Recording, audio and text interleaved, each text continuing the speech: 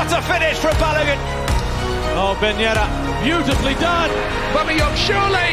There it is. Mbappé now. Wonderful. Gotta be. Lovely finish. He'll go for goal. Terry Mbappé. It's Eli Wahi. Well, it's been coming. Put in by Jonathan David. Kylian Mbappé brings the Parc des Princes to its feet. Hello everyone and welcome to the latest episode of Le Beau Jeu, the official Ligue 1 Uber Eats podcast. We have another bumper episode for you today as we look back at all the action from week 13 where Paris Saint-Germain flexed their muscle against Monaco. Nice are proving they really are France's most Italian of towns with another 1-0 win to keep pace with the champions. Fabio Grosso says Lyon need a reality check, and Gennaro Gattuso says his Marseille side are Malachias. It was only going to be a matter of time. Baptiste Reynaud runs the rule over Rennes' season so far and the impact of returning coach Julien Stéphan. Jonathan Johnson tells us all about Montpellier's cult-figured captain Téji Savanier. And Andreas Evagora packs us into his very own time machine and takes us back to 2017 when a precocious young talent and an old tiger took Monaco to the Ligue 1 title. We also have the winner of our Déjà Who competition for last month and give you the chance to win a Rémy Cabella Lille jersey. We'll be looking ahead to a big week of European fixtures for the Ligue 1 clubs as well, and the next two rounds of Le Championnat. All of that with me, Robbie Thomson, Jonathan Johnson, and Andreas Evagora. Don't forget to find us on all your podcast platforms, to like, subscribe, follow, and recommend. Join the conversation on Twitter or X at League1_ENG. And of course, you'll find all the latest news, reviews, interviews, video highlights, and everything on the League's official YouTube channel and League1.com. So let's start with a review of all the action from round 13. It all started on Friday night when Paris Saint-Germain dismantled Monaco by 5-2. Monaco have this reputation as being PSG's bogey team. They are on occasion, but on occasion it comes royally unstuck, and that's exactly what happened at the Parc des Princes on Friday night. There were a couple of big goalkeeping mistakes early, one for each team. Donnaruma's particularly getting caught in possession, which made a game of it early on before Paris Saint-Germain just proved all too good in the second half. Andreas, Paris Saint-Germain, that's 6 wins in a row now. They haven't lost since Nice got that narrow victory over them. Are they really hitting their stride now? Did you like what we saw on Friday night? Well, I certainly like what I saw. It was a really good game of football for the neutral, that's for sure. Plenty of goals, plenty of chances and saves, an open game. I think from an attacking point of view, PSG absolutely are hitting their stride. They at times were really good. They've got that attack that's got such pace and intensity. There was a lot of talk about Dembele ahead of the game and he's not scoring. He had a brilliant game. That goal of his was a thing of beauty, that first touch. Just to add a bit of maybe the other side of the coin, I think defensively PSG have some issues. I mean, some coaches say there's like two sorts of goals you can see. There's ones that are just football, you can't really do much about, and there's ones that are there because of maybe haven't done enough on the training pitch. And those 2 goals PSG conceded, I'm a little bit worried about them because Donnarumma's footwork is better, not what it could be. Balogun's goal was I don't think Hernandez's best position is at centre back, I must say. Marquinhos was injured, and I think that's something they really have to look at. Hernandez, some of his tackling early on Balogun, there was one incident where he took Balogun's arm behind Balogun's back. He shoved with his right hand, he shoved his elbow into his back, and with the other he turned his wrists. I mean, it wasn't so much the dark arts as martial arts. So poor Balogun I thought he had a good game, but he did come on the end of a bit of stick. So to answer your question, I think attacking wise, that PSG scored 3 goals in, was it 5 games in a row now? They've added 5 to that. Mm-hmm. Defensively, they've got they've got to allow their opponents far fewer chances, especially with that Newcastle game coming up. But the team, I think, is gelling, and I think it's on the right path. Well, let's talk about that Newcastle game coming up then, JJ, because PSG are leading the league. They're only just ahead of Nice, but this is a big match coming up for them in midweek in the Champions League, and they've really blown hot and cold so far in Europe this season. Yeah, absolutely. Thankfully for them, they've blown more hot and cold at home at this moment in time, so they'll need another one of those impressive performances at Parc des Princes, like the ones that we saw against Dortmund and also Milan. I do agree with Andreas. I think defence is now starting to be a bit tricky for PSG. I think when they were allowing certain players to leave over the summer, they probably needed to know a little bit more about the extent of Nuno Mendes' injury before allowing Juan Bernat, for example, to move on. And you could say that they're probably one body light in terms of central defensive depth as well. You see at the moment without Marquinhos sort of what that means for Luis Enrique in terms of sort of rejigging that back line. And whichever way you slice it, whether you've got Mukiele potentially playing at left back, or as a makeshift central defender, it's not ideal.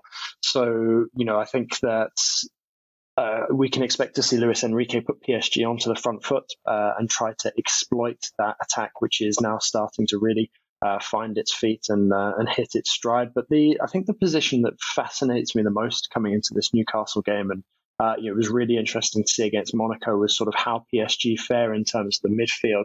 Now that Warren Zaire-Emery is out until the winter break, obviously a big blow over the international break. Fantastic to see him debut at senior level at such a young age, third youngest in France's history, but equally to lose him, for the next sort of month or so is a big blow for PSG because he's been a huge part of the way that they play so far this season. But Fabian Ruiz now has an opportunity to come into that midfield unit and prove to be the glue that PSG need in big games, not only against Newcastle, but also Dortmund away in the final round of Champions League group games.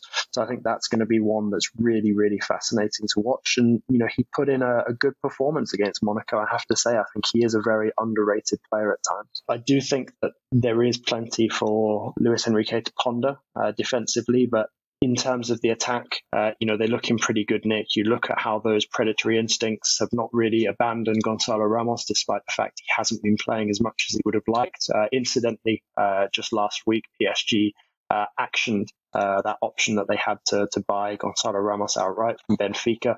So he is now settled and focused on his future. So, there's no two ways about it. It's a huge game for PSG coming up against Newcastle, and one that they really must take advantage of if they want to finish in the top two in this group. Well, it really is the group of death for PSG in the Champions League. They currently sit second in that group behind Dortmund, Milan just a point behind.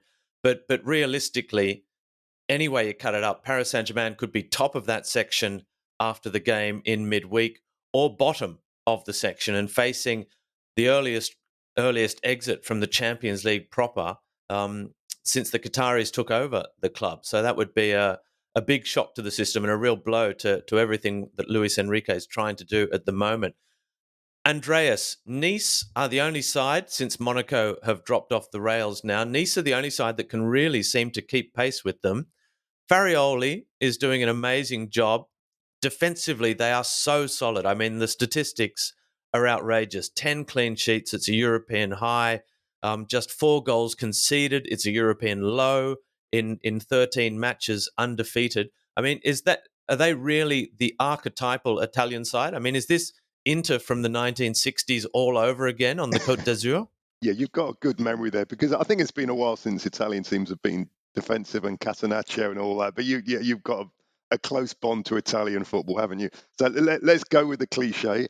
Nice is very close to Italy as well, isn't it? Their defence is just... Who was it on the pod a couple of weeks ago saying, well, Nice can't go on winning every game 1-0. Well, they can, clearly. They've done it again. And after the match... Farioli was saying, we put our heart and soul in defending. It's this great sort of, it's so important to them. It is. But look, defensively they're superb. Todibo, who wasn't playing at the weekend, has been sensational for me this season. They brought in Rosario, who just about did okay. I'm going to raise the flag for Melvin Bard, who I think he's one of the most underrated players out there. Is it because he's called Melvin, Robbie? He just doesn't have a footballer's name. He's an exceptional player. Or the fact that he's trying to look like a bard now with his hair growing long and slicked back. He looks like some sort of Shakespearean tragicomic character. Is it a harder sell for an agent when what's this guy's name? Melvin. But he's a really good left back. Terry Moffey, who again, Robbie, you nailed it, didn't you? At the start of the season, you said Terry Moffey could be a good buy, and he's proving to be exactly that. Another clean sheet. And if they keep going like this, why not? Second place is there for the taking. So I don't see any other team really. Monaco were impressive at the weekend, but I think if Nice can keep defending like this, they've got an excellent team ethic. Why not? They can keep going and get in the top three, which would be a great performance for a first season in Ligue 1. Well, it really is a two-horse race at the moment. Nice are the only side to have beaten PSG as well. I mean, they have played the top teams and got the results they needed as well. So I think we're all sort of thinking it's Paris Saint-Germain now because Nice won't be able to go the distance, but they're doing it. And I think one of the most incredible things about this hermetically sealed Nice defence is the fact that Danch, the captain, is 40 years old. Yeah. I mean, what other teams in Europe have the best defence in their league with a 40-year-old in the centre of defence? I mean, this is... I can't think of another team that's performing this well. I mean, Hilton was another Brazilian who played into his 40s and won the league with Montpellier, and I guess there is a parallel there as well with this old veteran player. But what Dante is achieving is absolutely sensational. He is a remarkable player at the moment. Next up, let's have a chat about what's happening at the other end of the table. JJ, Lille are closing in on Monaco in that fourth place, but rather than talk about Lille, because we know what they're doing and what they're doing well, they got their Canadian striker, Jonathan David, was on the score sheet for the first time in an age over the weekend as well. But the story out of this game, a 2-0 win over Lyon. Lyon unable to build on that first victory of the season. They are winless at home. It's just a disaster at the moment. And Fabio Grosso, the new coach, brought in to try and turn things around. Are his days numbered, JJ? I think it's difficult to argue that they're not at this moment in time. I think some of what Grosso was saying after the game, after the defeat, is pretty worrying. He's basically saying that Lyon and Lyon fans have to forget what Lyon was as a club. There is no way that group of fans is going to like hearing that. Very proud of their history, very eager to get back to similar levels. And at this moment in time, the necessary form for that is just not forthcoming. And I think given the severity of the situation, given how listless Lyon have looked at times, there seem to be problems brewing as well with Lacazette now, obviously, star player in the past, not really able to help the team in the way that he would like on the pitch at this moment in time. It does feel like, Grosso only has, a limited number of games now left, to potentially save his skin. And you do wonder if, sort of that game against Marseille, once it does get replayed, if that's going to have potentially a defining say on, whether Grosso is coach of Lyon, sort of when we come back from the winter break, because it does feel like that's the next obvious point for Lyon to really consider the situation and work out if they're going to make a change ahead of the second half of the season. But I'd say that, given how long it took for Textor to make a decision, let's face it, a decision that we all knew was going to be made on Laurent Blanc's future. The odds are not favourable at this moment in time of that move or that decision being taken in time to salvage something from this season, because at this moment in time, Lyon, are Ligue 2 bound unless something massive, changes in and around the club. And I know that there are big sort of sweeping changes that are being made at this moment in time in terms of the hierarchy of the club. If that is enough to save, the club and the institution, we'll have to wait and see. But certainly in terms of what we're seeing on the pitch at this moment in time, it's not. Yeah, I agree with with Jonathan. I crunched a few numbers this morning because, that's the thing I like to do on a Monday morning. I went back to the last time, Robbie, that Ligue 1 had 18 teams, and I just looked to see how many points you needed to stay up, which I thought was quite interesting. Let's say to be in 15th place. And in 2001, it was 38 points. 2002, it was 39 points. The two seasons were a bit different because 2 went down in one and 3 went down in the other. But you see what I'm getting at. So briefly, to get to that level, Lyon are going to need 31 points in 22 games. And I struggle to see them getting that much. I mean, Grosso, it's a point and a half a game. Exactly. He's 1.5 points a game, which means you've got to win more than you're drawing. Exactly. And Grosso, as Jonathan alluded to, he doesn't seem to have an idea of his best team. He's picked 7 different teams for 7 matches. I think I read he's made 7 subs at halftime, something like that. That shows he's chopping and changing, and he doesn't have time, Robbie. That's the thing. If this was right at the start of the season, maybe you could build the season, but he's running out of time. You're talking 22 games, and people say, well, this Lyon team's got too much quality to go down. Is it really? They lost so much over the summer with Gusto and Barcola and Lukeba and Auer, real quality players. I'm not sure if they're that quality, and the transfer window is going to be vital. But if you're a real pessimist, who's going to want to come to Lyon at this stage?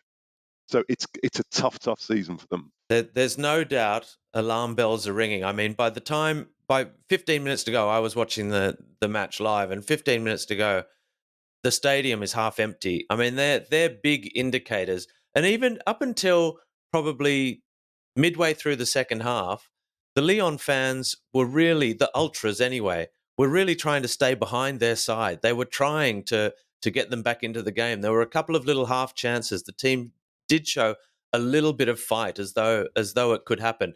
But yeah, by the last 10 minutes or so, it didn't look good, and it doesn't look good. I think Fabio Grosso's right in terms of saying we need to have a reality check. What he's saying is not to the fans, look, we're terrible now. What he's saying is sending a message to the players saying we are going to go down if something doesn't change now. I think he's trying to make the players responsible and up the urgency a little bit, saying, look, this whole club needs a reality check, because unless things change, we're going to go down. In Fabio Grosso's defense, and I put my hand up here, at the start of the season, we weren't allowed to pick Kylian Mbappé for the Golden Boot. And I, foolishly now with hindsight, went with Alexander Lacazette. So there you go. It shows that, it's not easy, even with the Lyon squad that they have. And some of us thought perhaps they would do a little better than they are doing. Lens warmed up for their clash with Arsenal with a 3-0 win in Clermont. So Clermont are also back to losing ways. Eli Wahi got a fantastic goal, a remarkable header. Followed that up with a red card. He does have a little bit of character, the France under-21 international. I'm a big fan. He's lightning quick, and the goals are going to flow for Lens. And I think it's only a matter of time before perhaps on the European stage he really starts to fire as well. Brest rolled on, a 3-1 win in Montpellier. They're up to 7th place. Metz got the edge in a 5-goal thriller in Lorient. Romain Fèvre and 17-year-old sensation Elie Junior Krupi got the goals for Lorient, but it wasn't enough. Fantastic result for Metz. But the other big story we're going to stop on here, actually, before we get to Marseille, there was also a former Marseille man in Andre Ayew, made his return for the first time in 8 years to Ligue 1 football, and it lasted just 3 minutes before he was sent off for Le Havre. So welcome back, Andre, and cool your boots for another week or two, probably just 1 week for the challenge, in which I don't think it was really a malicious challenge, but it was definitely studs up. Not the return he was looking forward to, but Andre, we'll see you in another couple of weeks, hopefully before Christmas, to see how you're faring. But the big news, JJ, I'll come to you first on this one, because we spoke about it when Gennaro Gattuso arrived in French football. How was his character going to go? If ever there was a place for it, it was Marseille. But he doesn't seem to like the place, or not his players at any rate. He went the full this team is rubbish. I don't understand how they played in that second half.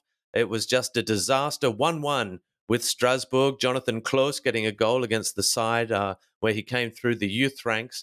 But a remarkable situation where Gennaro Gattuso, I think in a little way, a little bit more aggressive, but in that Italian way, same as Fabio Grosso with the Gattuso diplomacy that we know so well, trying to just get the players to take responsibility for where they are.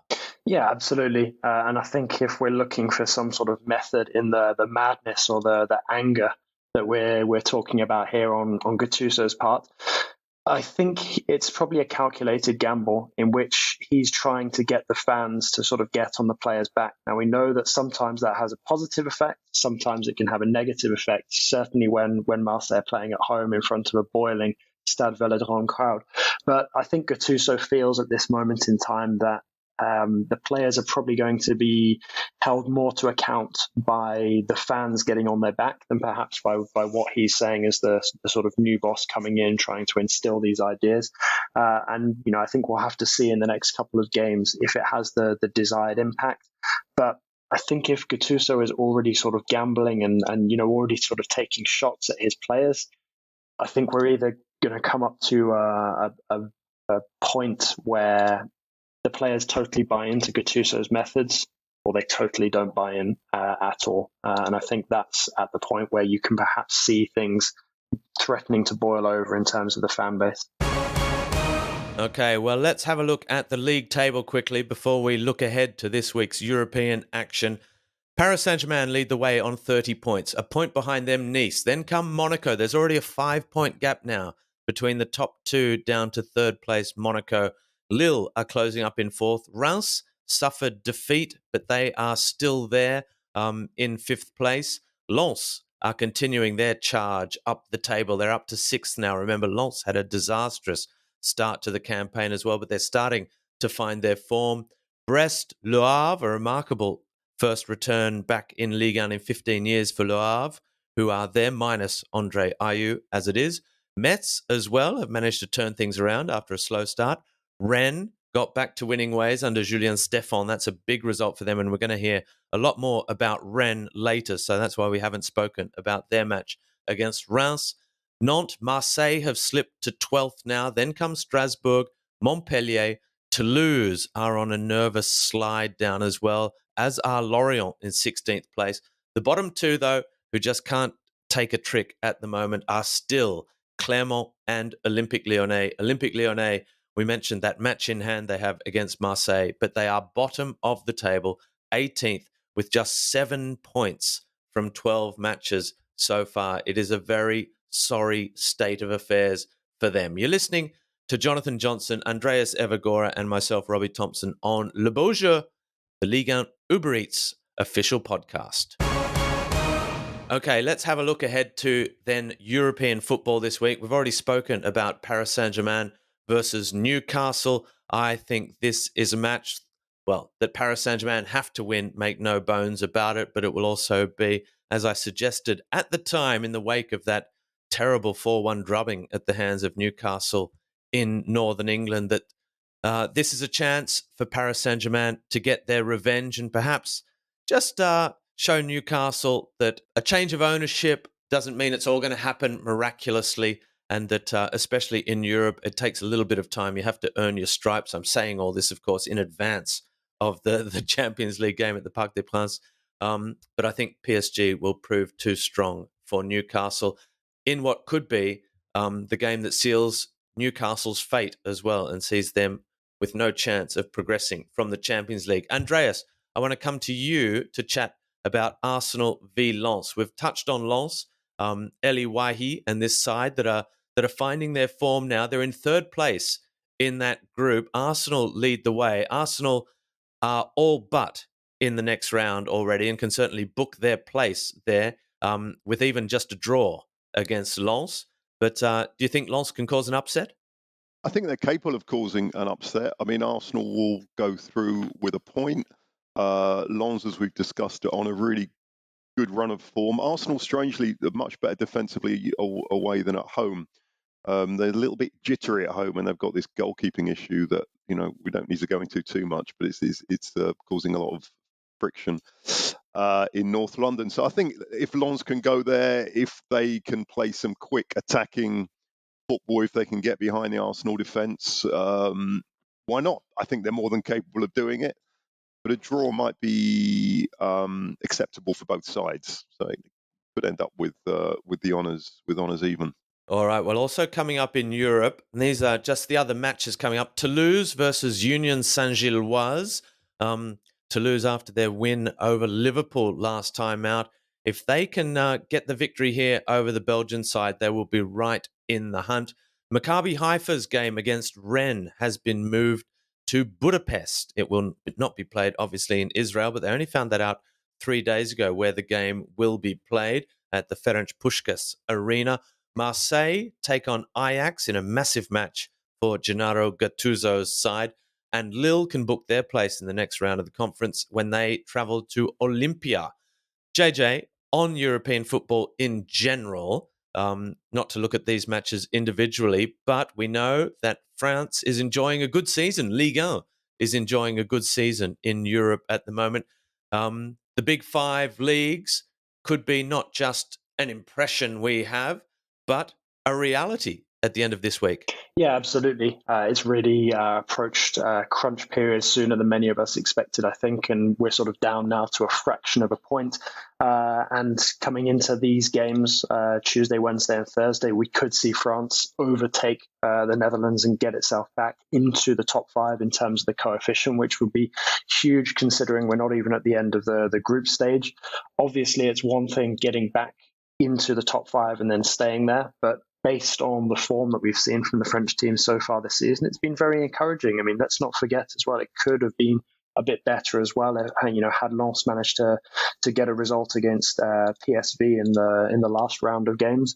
But generally speaking, it's all been very positive so far. And if Marseille, if Gattuso can get that reaction out of his players, it will be perfect timing, because Marseille against Ajax directly, a French club against a Dutch club, could have all the impact in terms of that positioning. But it's been a tough last couple of years for French football on the continental scene. So to see Ligue 1 finally living up to the billing, is great.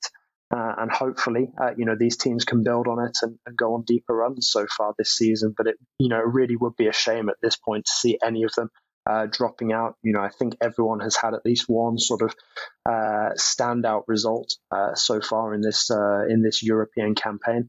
And fingers crossed we'll get a bit more of that. And then this week, sees France reestablish itself in the top five and stay there for the remainder of the season. You may have noticed that we left Rennes out of our weekend roundup then. That's because we're going to take a closer look at the second Stéphan revolution at Rozon Park. Julien Stéphan, the man back in charge for his second spell. He's back, and his players looked rejuvenated when they dismantled Reims by 3-1 on Sunday. Have they turned the corner? Could this be the start of the revival after poor old Pep Genesio was shown the door? They've been doing it on the continent, but your bread and butter is in the French Championship, and our undercover Frenchman in London, Baptiste Reynaud from the Classic Pod, has more on the revolution in Rennes. With traditional powerhouses Marseille and Lyon struggling through their now usual seasonal craziness, and challengers Monaco, Lens and Lille at times struggling to find their rhythm, this season should have been one of opportunity for Stade Rennais, whose progress over the last 2 years, with consecutive fourth-place finishes under Bruno Pep Genesio, should have placed them in good stead for breaking into the top three. Whilst they'd lost Doku over the summer to Man City and he's tearing up the Premier League, Les Rouges et Noirs had been quietly optimistic as the season kicked off. Their coherent, seasons-long team building had brought in even more quality, with Enzo Lefebvre, Ludovic Blas, and Nemanja Matic, big names coming in. Rennes had looked ready to take the next step by pushing on for a Champions League spot, although question marks were already being raised as the season kicked off about Pep Genesio's ability to actually lead a team to real success over the long term. Alas, as the season kicked on, Rennes' inconsistencies of the last few seasons under Genesio had not abated. Defensive inexperience and frailties, especially at set pieces, continued to penalise them, whilst their potent Ligue 1 strike force, on paper at least, continued to disappoint, with Kalimuendo and Amin Gouiri, one of my favourites in particular, failing to kick on. With a disappointing 13th place after 12 games, pressure was starting to build up on Pep Genesio, whose previous Ligue 1 stop at Lyon had seen some similar inconsistencies and a similarly talented young side failing to deliver. The defeat on 12th of November to his old club, which by the way remains Lyon's only win of the season, had led Genesio and director of football Florian Maurice, also an ex-Lyon head, to discuss a way forward under the pressure they were facing. And despite announcing a desire to work through this and wait for a successful January transfer window to kick things on, Genesio then abruptly announced that he would leave the club. Scrambling for a successor, with a difficult game against Will Steele's Reims to prepare, Rennes announced on 19th of November that Genesio's predecessor, Julien Stéphan, would take over the club until at least the end of the season. This in turn led to internal chaos, with Florian Maurice allegedly threatening to resign due to the decision being taken without his involvement and allegedly being taken by owner and billionaire François Pinault before agreeing to stay. With chaos abating, the question now is whether Rennes have taken a step back by agreeing to the return of Stéphan. Now, as mentioned, there appeared to be a growing consensus at the start of the season that Genesio had perhaps taken the club as far as he could, with players' individual and collective performances seemingly hitting a glass ceiling, and question marks over his winning mentality, with accusation that he might prefer losing beautifully, as evidenced by the fact that Rennes played some of Ligue 1's best football of the last 2 seasons, as had Lyon under him previously, to winning ugly. Now, this is a very subjective concept, but one that has plagued Genesio in his managerial career so far. In that sense, seeing Genesio go was perhaps not such a surprise, as the results did not trend upwards after a third of the season in what is usually a difficult third season for managers. But choosing Stéphan, despite his undoubted qualities, does not come without a sense that this is a risky proposition.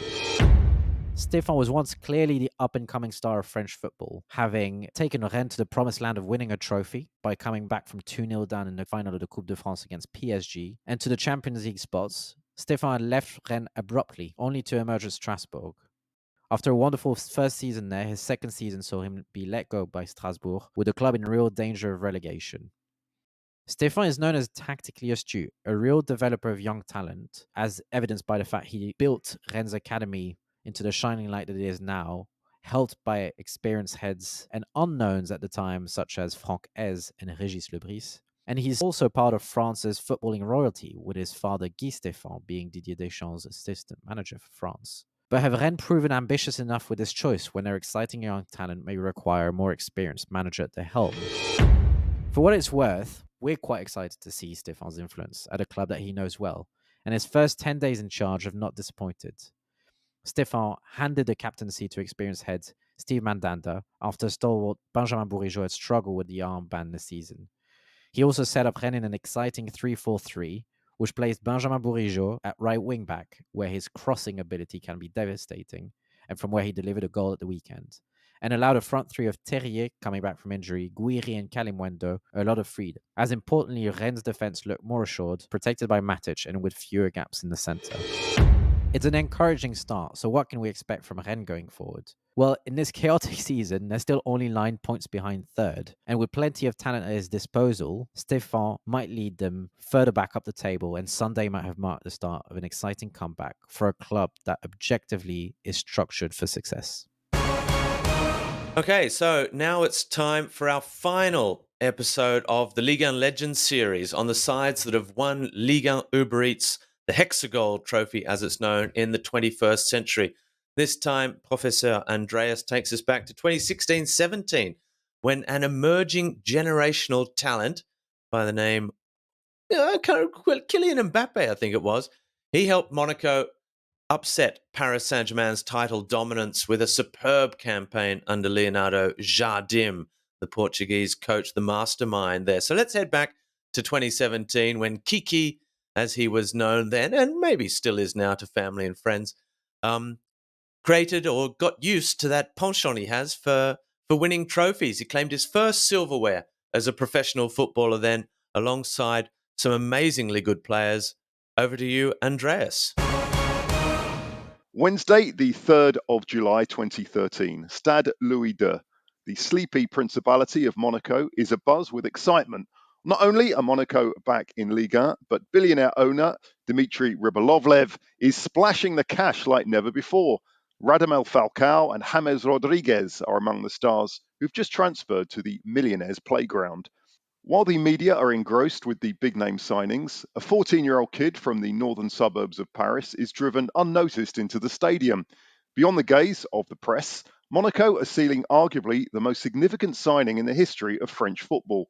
The teenager's name is Kylian, and in 2017 he would inspire Monaco to the Ligue 1 title before becoming one of the biggest superstars in world sport. A precocious talent, Mbappé trained at France's famed Clairefontaine Academy, aged 11. From then, his career could have gone in many directions. Father Wilfred and mother Faiza wanted Kylian to get a good education and learn his trade in Ligue 1, so European giants were rejected, including Kylian's favourite club, Real Madrid. The Mbappé clan agreed to move to Lens and Caen, but on both occasions the deal fell through because the clubs were relegated. That's when Monaco made their move. The clincher was when Kylian was told a place in the first team was his for the taking. November 2015, La Turbie training complex. 16-year-old Mbappé is training with the seniors for the first time. The impact is immediate. Mbappé didn't just burn the older pros for pace. This kid had the power of a player in his 20s, a first touch that bamboozled the most experienced defenders, and a finish to match. His debut came just weeks later against Caen, the club that so nearly signed him as a boy. Then in February, the moment the young Kylian had dreamed of for so long, the first goal in Ligue 1, a 3-1 win against Troyes, he became the club's youngest ever scorer, beating the record of a certain Thierry Henry. But if Kylian hoped to become a Monaco regular, he would be left disappointed. Coach Leonardo Jardim was cautious, and Mbappé made just 2 starts in the 15-16 campaign. Mbappé even dropped from the under-19s. Coaches frustrated with the player's lack of defensive contribution.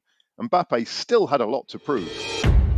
Friday, the 12th of August 2016, fresh from winning the Euro under-19s, Mbappé forced his way into the first team for the opening match of the season. But disaster strikes. Just before half-time, Mbappé is left stunned after an aerial challenge with Guingamp defender Christophe Kerbrat. Father Wilfred is concerned as a concussed Mbappé is helped off the pitch by medical staff. Monaco are 2 down, but Mbappe's replacement, another talented youngster, Bernardo Silva, inspires a Monaco comeback. While Mbappé is sidelined, Monaco chalk up impressive wins against Nantes and PSG.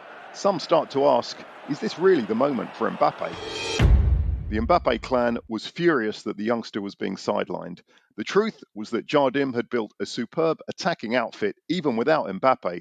Youngsters Bernardo Silva, Fabinho, Thomas Lemar and Timoe Bakayoko thrived in Jardim's 4-4-2 formation.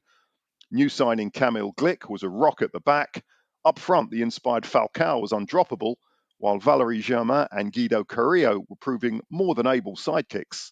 Matters came to a head in September when Mbappé was dropped from the squad that travelled to face Tottenham in the Champions League. A furious Mbappé refused to play in the UEFA Youth League. Father Wilfred was equally frustrated. We'll have to think about Kylian's future during the January transfer window, he tells L'Equipe. Silva and Lemar are outstanding. Monaco outplay Spurs. Then they beat Metz 7-0 away, leaving Mbappe's future at Monaco in doubt. Friday, the 21st of October 2016, Monaco back from a long Champions League trip to Moscow. Germain and Carrillo are in form but rested against Montpellier. Mbappé back and takes his chance with both hands. He's hungry and unplayable, winning an early penalty, heading in another before an assist in a 6-2 rout. Mbappé no longer the best kept secret in Ligue 1. The media were lauding the new golden boy of French football. Mbappé and Monaco went from strength to strength after that hammering of Montpellier. In February, Mbappé scored a hat-trick in less than 50 minutes in a 5-0 home drubbing of Metz. He won European recognition after a thrilling Champions League win against Manchester City. This exciting young Monaco team were taking France by storm, taking top spot on matchday 20 before winning 12 matches on the bounce to land a first title since the year 2000. Jardim's team was sensational, 107 goals, 95 points. They achieved what many thought was impossible, cracking PSG's dominance of French football. The league was won by 8 points. The title sealed with a victory against Saint-Etienne Fittingly, Mbappé scoring the opening goal with a shimmy and cool finish that would become his trademark. 15 league goals in 16 starts, with 26 goals in all competitions for the teenager. As Mbappé lifted the Ligue 1 trophy, few doubted this would be the first of many honours for this generational player. What no one knew was that this would be Mbappé's finale at Monaco. That 16-17 season, a fleeting fusion of a magnificent Mbappé and Monaco. Fantastic stuff, Andreas. Yes, what a team that was under Leonardo Jardim.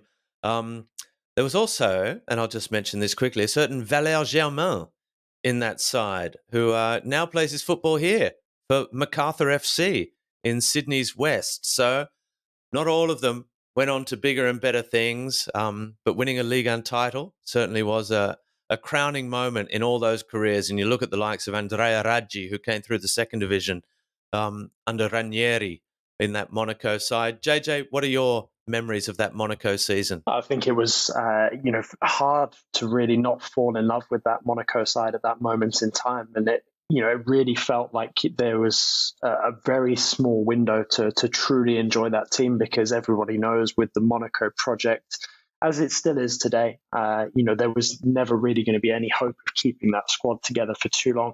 But I think probably, my fondest memory of sort of the Monaco of that time is the fantastic run that they had in Europe. We were talking earlier about the importance of having Ligue 1 clubs sort of living up to the billing on the European stage. And I fondly remember them making that run all the way to coming up against Juventus, sadly falling short. But it was, it really felt at that moment in time that Monaco really could be, a sort of long-term or at least a medium-term, title challenger to PSG. Obviously, we know what happened next. The squad got picked apart by a number of, European giants. But there were moments where it really felt as if, Monaco could be here to stay and sort of one of the teams that the PSG would have to work a lot harder to see off. And fingers crossed that Monaco do get themselves back to a similar stage to that at some point in the future. We know that they're sort of building towards a return to the Champions League at this moment in time, certainly regular European qualification. But I think those were extremely heady days when you look at some of the phenomenal talents that were on show and sort of where they went next after leaving the Principality. You're listening to CBS-Viacom's French football expert, Jonathan Johnson. Don't forget, if you like what you're hearing, click subscribe on your podcast platform so that every 2 weeks, Le Beau Jeu, the official Ligue 1 Uber Eats podcast, falls straight into your inbox. You'll hear the little ping on a Monday evening as you're ready to head home from work, or morning, depending on where you are around the world. And you can catch up with all the news and also the features that we have on the show this year, all about the French First Division Ligue 1. Well, now it's time for our sociopathic French football quiz, Déjà Who, which has you, the listeners, scrambling for cover from my bombardment of cryptic clues, scanning your French football memory database and hopefully identifying the player I am talking about. If you can do it, the reward is a Ligue 1 Uber Eats jersey, which for November was a Kevin Danzo RC Lens jersey. So it's time to announce the winner. But first, the answers to our 2 questions from November. They were Etienne Capoue was first, and the second one, a player who didn't spend that long in Ligue 1, but had a fairly glorious club career at any rate, missed out on the big prizes with his national team. Christian Panucci actually spent a season on loan from Inter, I think it was, first at Chelsea and then with Monaco, or 2 half seasons on loan at Monaco. The winner was Tom Keeling, our US listener, and long-time listeners of the pod will remember that Tom came on his honeymoon to France, and I actually caught up with him at the Parc des Princes. So I hope life is treating you well, Tom. He took time out from stuffing turkeys and limiting pumpkin pie consumption to send us the correct answer. Happy Thanksgiving all the same to you, Tom, and we'll be in touch to arrange the delivery of your prize. So now for our first December question, which could get you a Rémy Cabella Lille jersey. So there'll be another question in 2 weeks' time. If you think you know the answer to this, send us an email with the answer to league1podcast@gmail.com. Here it comes. Are you ready? Who am I? Hailing from the suburbs of Paris, I made my professional debut in the south of France, helping my club to the championship title before beginning an odyssey that would take me to another 4 different countries around the world.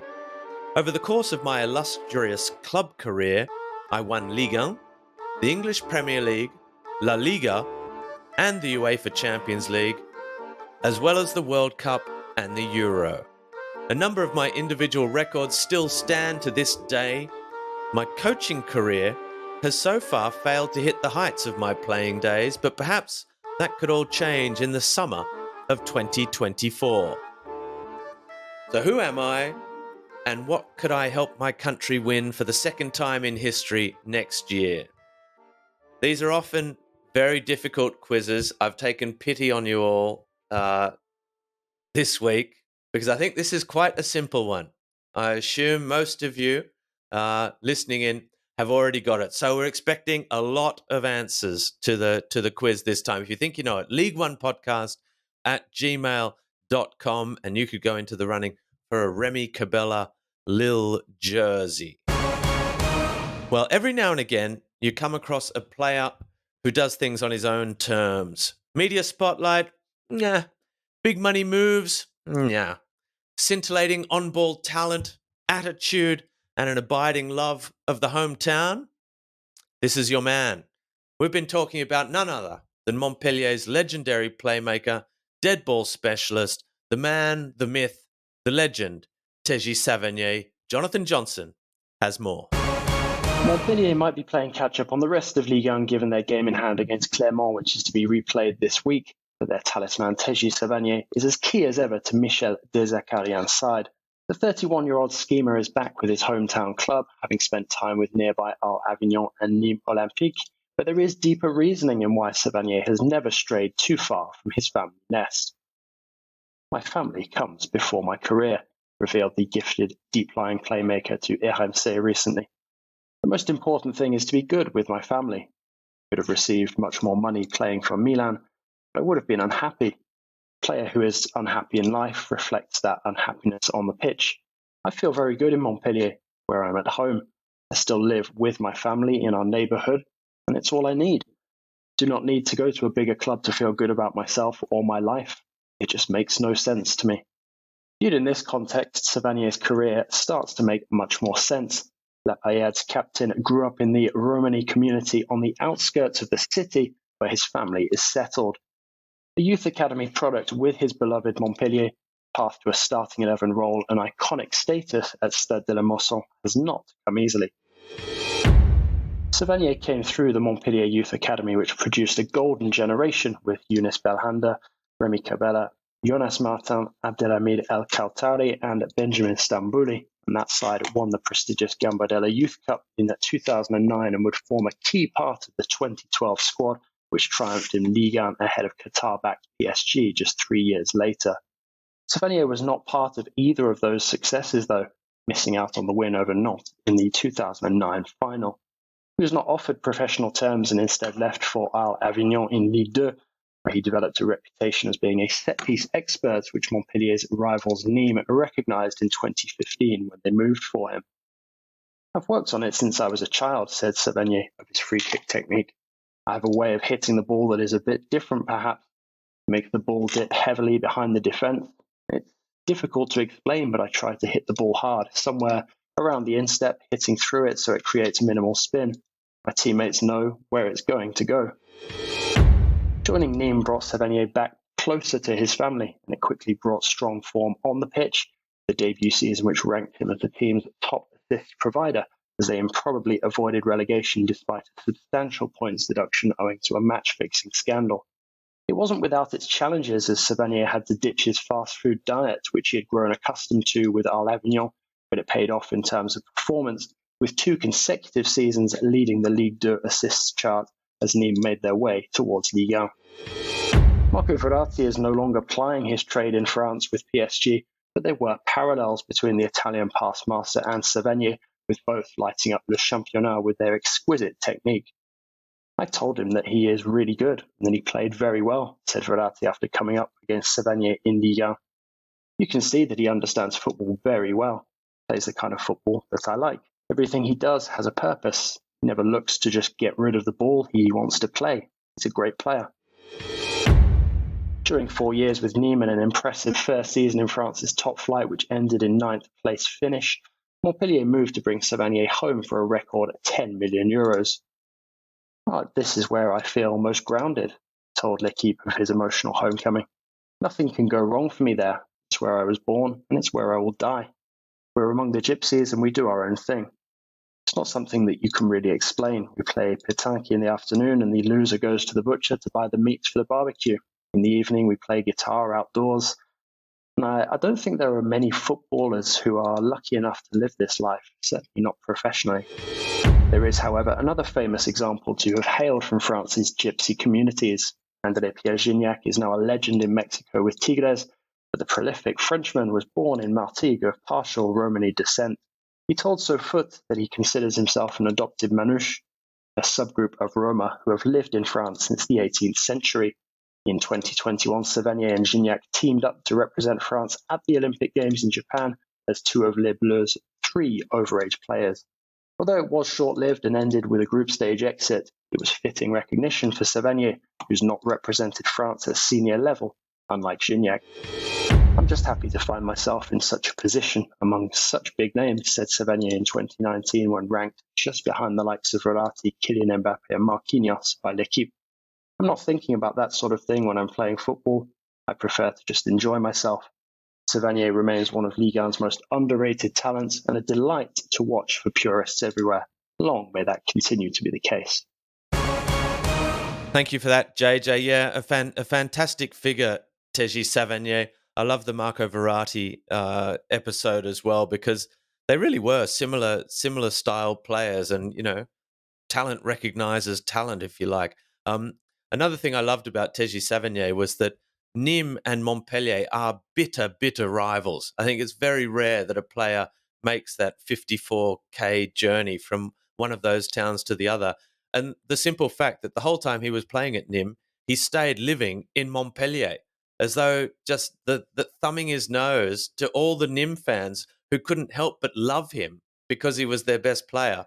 But at the same time, clearly still loved his hometown Montpellier more than the arch rival. Andreas, what can you tell us about your love of Téji? I do. I think he's a unique player, and he's like a maverick, isn't he? He's like those players in the 70s and 80s who does it on his own terms. When he came back to Montpellier, he was carrying a bit of timber, as we say. He lost 6 kilos, which I think has improved his game. But don't forget, he's turned down moves to Milan, to Sevilla, which is so unusual in this day and age. And you never know what you're going to get with him. I mean, he's got a short fuse, hasn't he? We've seen red cards, we've seen him, kick out and do some weird things. But when he's good, he is exceptionally good. And I suppose you could ask, why has he not played more for France? He played in the Olympic team, but just, part of a generation. I think if he'd have been any other country, he would have been a big player on the international stage. But a superb individual talent and an unpredictable one. I always enjoy watching him. You're listening to Ligue 1 commentator Andreas Evagora, Jonathan Johnson as well, the French football expert, and myself, Robbie Thomson. If you want to get involved in the conversation, you'll find us at Ligue1_ENG on Twitter or X. And of course, there is Ligue1.com as well for all the latest news and videos and everything else you need to know to follow Le Championnat. Well, we're almost done, but we still have time just to look ahead to the next 2 weeks of action as we edge towards the Christmas break, which returns this year, of course, because last year's World Cup threw everything into a crazy spin. We even had various Boxing Days in France for the first time ever in football, but it's a return to normal. We've only got 18 clubs. We can afford to have a little Christmas break, which we will be having this year. But before then, rounds 14 and 15. JJ, we've got some big games coming up next weekend. Nice are on the road to Nantes. Le Havre entertain Paris Saint-Germain, and there are some connections there between the Le Havre backroom staff and the bosses running that club at the moment. Mathieu Bodmer, in particular, who grew up a Paris Saint-Germain fan and then played for the club after a long career playing for the likes of Lille and Monaco and elsewhere. Monaco take on Montpellier in a match that they have to win to right the ship as well. And Marseille, well, they need to bounce back against Rennes. What do you like from round 14, JJ? So much to like. I mean, I think it's difficult to look past that Marseille-Rennes clash. But equally, I think Nantes-Nice could be quite interesting as well, because some unexpected teams have come unstuck against Nantes already this season, and that could be another test for this Nice side, because we've seen how great they can be defensively, but to get them, sort of scoring prolifically has still been a challenge for Farioli so far. So I think if I was to pick one of those, it would have to be Marseille versus Rennes, though. A lot to like. Julien Stéphan still trying to stamp his mark on this Rennes side, see if he can get them upwardly mobile and as quick a turnaround as possible. But this Marseille side, when we talked about it earlier, Gattuso really needs to get them not just performing well, but picking up the points as well. Where better to do that than in a big Ligue 1 clash in front of a full Stade Velodrome, you'd imagine. There is also Lens versus Olympique Lyonnais, which, every other year you'd think was going to be a massive clash as well for European places. It could be a massive clash for both sides coming into that one as well. Reims take on Strasbourg, Toulouse, Lorient, and Brest versus Clermont as well coming up next weekend. And then, Andreas, in round 15, we've got Rennes versus Monaco, Paris Saint-Germain at home to Nantes, Nice take on Reims, which is the match of the young coaches on the bench with Farioli and Still as well, and two sides that are trying to be archetypal modern football clubs, I think, moving forward, both with illustrious pasts as well, particularly a Reims club. Perhaps that's an idea for heading back in and looking ahead to the history of the game, Andreas, looking in weeks to come, maybe some of the classic old French clubs like Stade de Reims, who made those Champions League finals back in the 1950s. Anyway, I digress. Lyon will be back in action against Toulouse, and Marseille are on the road to Lorient. Week 15, Andreas, take your pick. Yeah, a couple of matches stand out. I think Marseille again. One thing that stood out from that Strasbourg match was that Marseille were just, not to put too finer points on it, they were just exhausted at the end. They really didn't seem fit enough to me. And obviously the style has changed under Gattuso. Well, that's one of the things that Gattuso said, wasn't it? One of the things Gattuso said, what's been going on here? And this club can't play. They can only play for 60 minutes. And he wants a higher intensity style of football, doesn't he? So it seems a strange thing to say in shortly December. Is he going to get his team fitter and fit enough to win games? I mean, Rennes and Lorient, Lorient are starting to scrap for their first division survival. They're going to be two tricky games. Lorient in a couple of weeks' time, and Lyon. We've got to go back to Lyon. I mean, they're going to have Toulouse at home. It's a relegation 6-pointer, Robbie.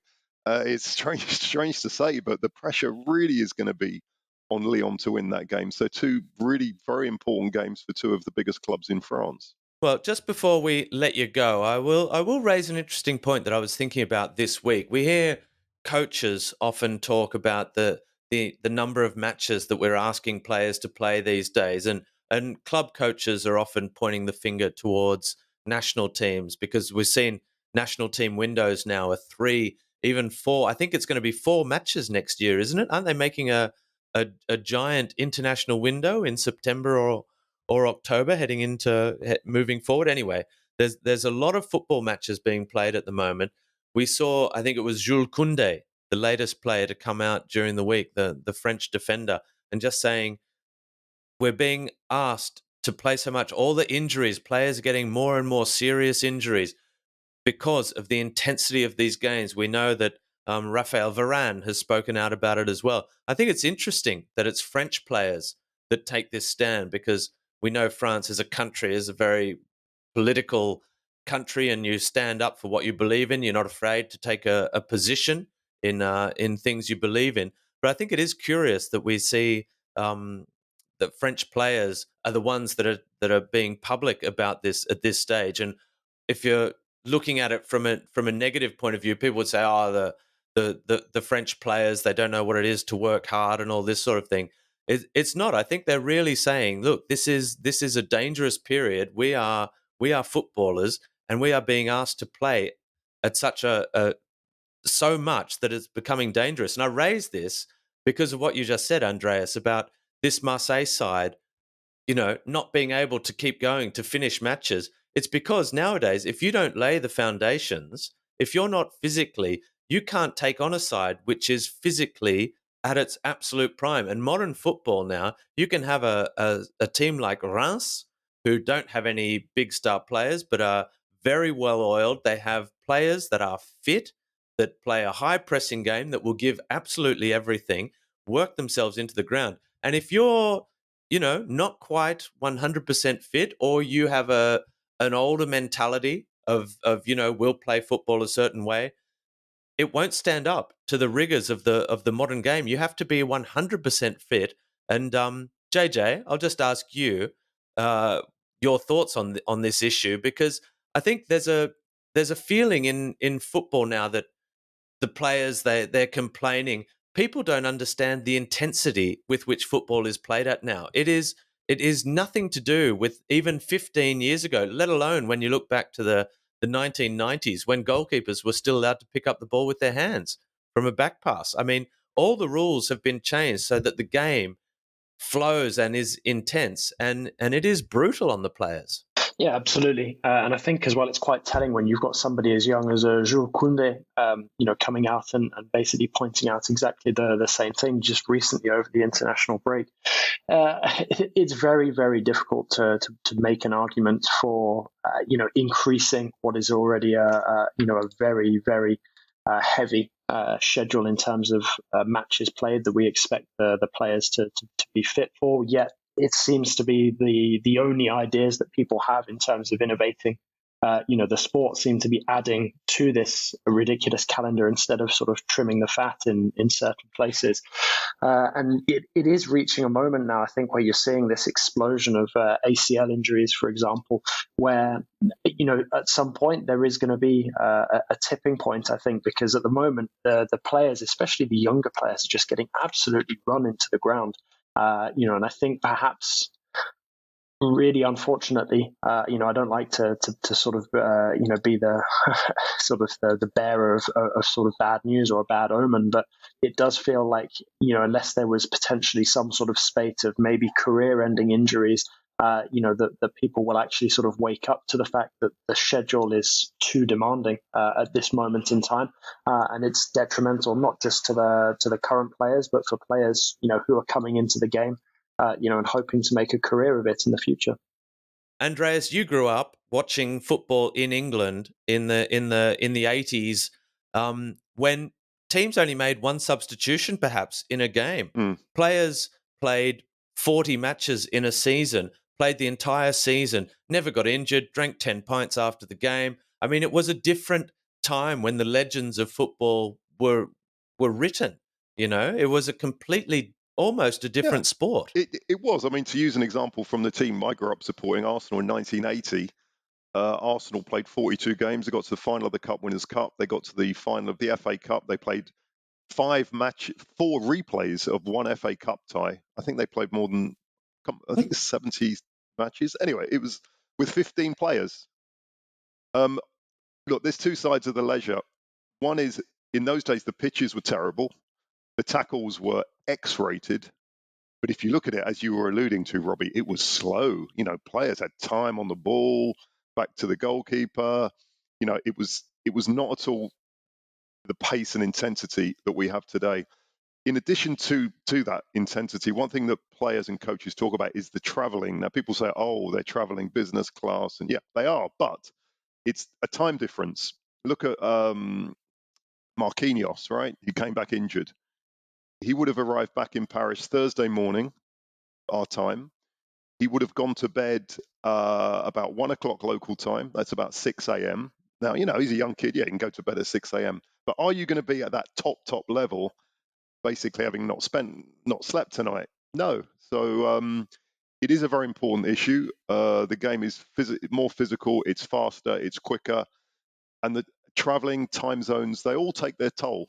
And it's going to be an important issue and a growing one, because as Jonathan says, all federations seem to do is just add more. There's so many more competitions now, longer competitions, Nations League, and you could say hats off to Ligue 1 for reducing the workload on French players by going from 22 to 18 teams. But apart from that, it's just more and more matches. And the World Cup is going to be 48 teams in 2 years' time as well. Well, 3 years' time.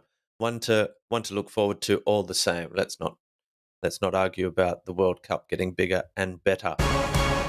You're listening to Andreas Evagora, Jonathan Johnson, myself, Robbie Thomson. Twitter at Ligue1_ENG. We're here with the official Ligue 1 Uber Eats podcast, Le Beau Jeu, on all your favorite platforms. Like, subscribe, follow, and recommend. And of course, get on and check out all the latest news on Ligue1.com. That is it for us. Le Beau Jeu will be back in 2 weeks' time to look back at rounds 14 and 15, as well as all the European action. And we'll even have a look ahead to rounds 16 and 17, because that's right, we're almost halfway through the season. There'll also be another chance for you to win a Rémy Cabella LOSc jersey in the Déjà Who competition. And we'll be conducting our regular features, player profiles, and interviews, and all the rest. So until then, on behalf of the entire Le Beau Jeu team, have a great week. We'll see you then. Bye-bye. Ellie White. Well, it's been coming. Put in by Jonathan David. Kylian Mbappé brings the Paris Saint-Germain